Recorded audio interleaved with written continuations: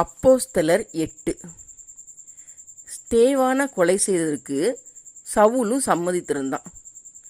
தேவ பக்தியுள்ள மனுஷர் ஸ்தேவானை எடுத்து அடங்க பண்ணி அவனுக்காக மிகவும் துக்கம் கொண்டாடினாங்க.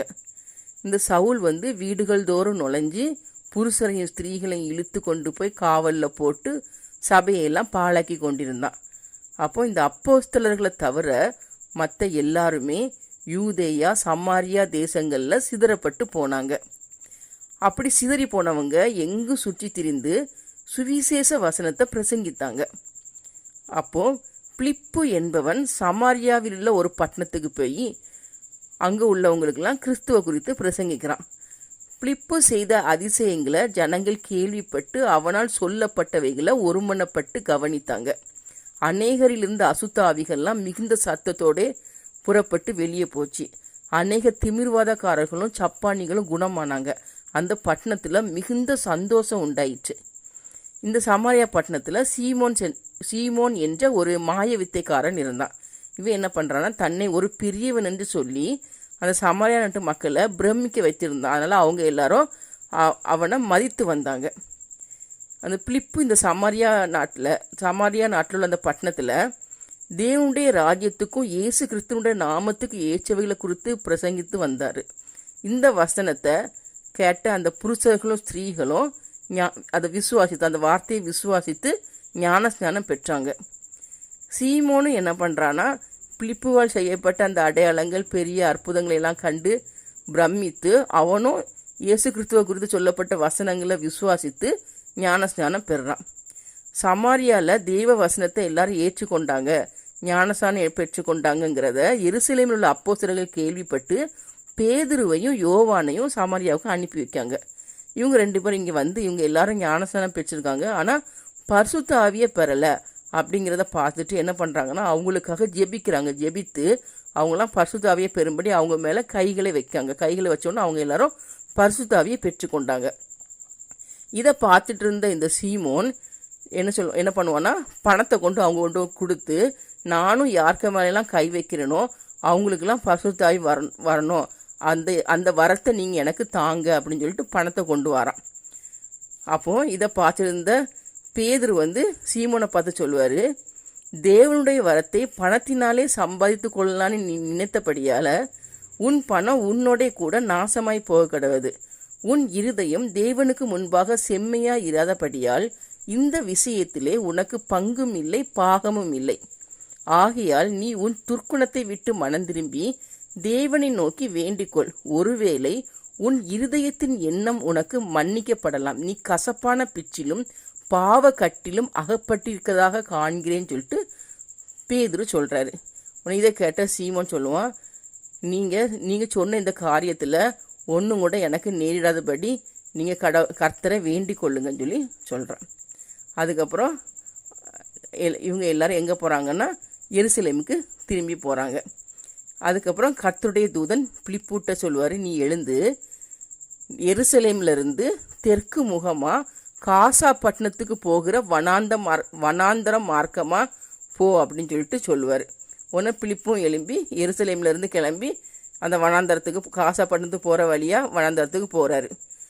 அப்படி போயிட்டு இருக்கும்போது எத்தியோப்பியருடைய ராஜஸ்திரியாகிய கந்தாக என்பவருடைய மந்திரியும் அவருடைய பொக்கிஷங்களுக்கெல்லாம் தலைவனுமாக இருந்த ஒரு எத்தியோப்பியன், அதாவது கந்தாக என்பவருடைய மந்திரி ஆகிய ஒரு எத்தியோப்பியன், இவன் என்ன பண்ணுறான்னா, பணிந்து கொள்றதுக்காக எருசலேமுக்கு போயிட்டு அங்கேருந்து திரும்பி ஊருக்கு போகிறதுக்காக திரும்பி அந்த வனாந்திர வழியாக ஒரு ரதத்தில் ஏறி வந்து கொண்டிருக்காரு. அப்போ இந்த எத்தியோப்பியன் என்ன பண்ணுவானா, ரதத்தில் உட்காந்துக்கிட்டு ஏசாயா தீர்க்கதரிசியோட ஆகமத்தை வாசித்துக்கிட்டே வராரு. ஆவியானவர் பிலிப்புக்கிட்ட சொல்கிறாரு, நீ போய் அந்த ரதத்தோட சேர்ந்து கொள்ளுன்னு சொல்கிறாரு. பிலிப்பும் ஓடி போய் அந்த ரதத்தோட சேர்ந்து கொண்டான்.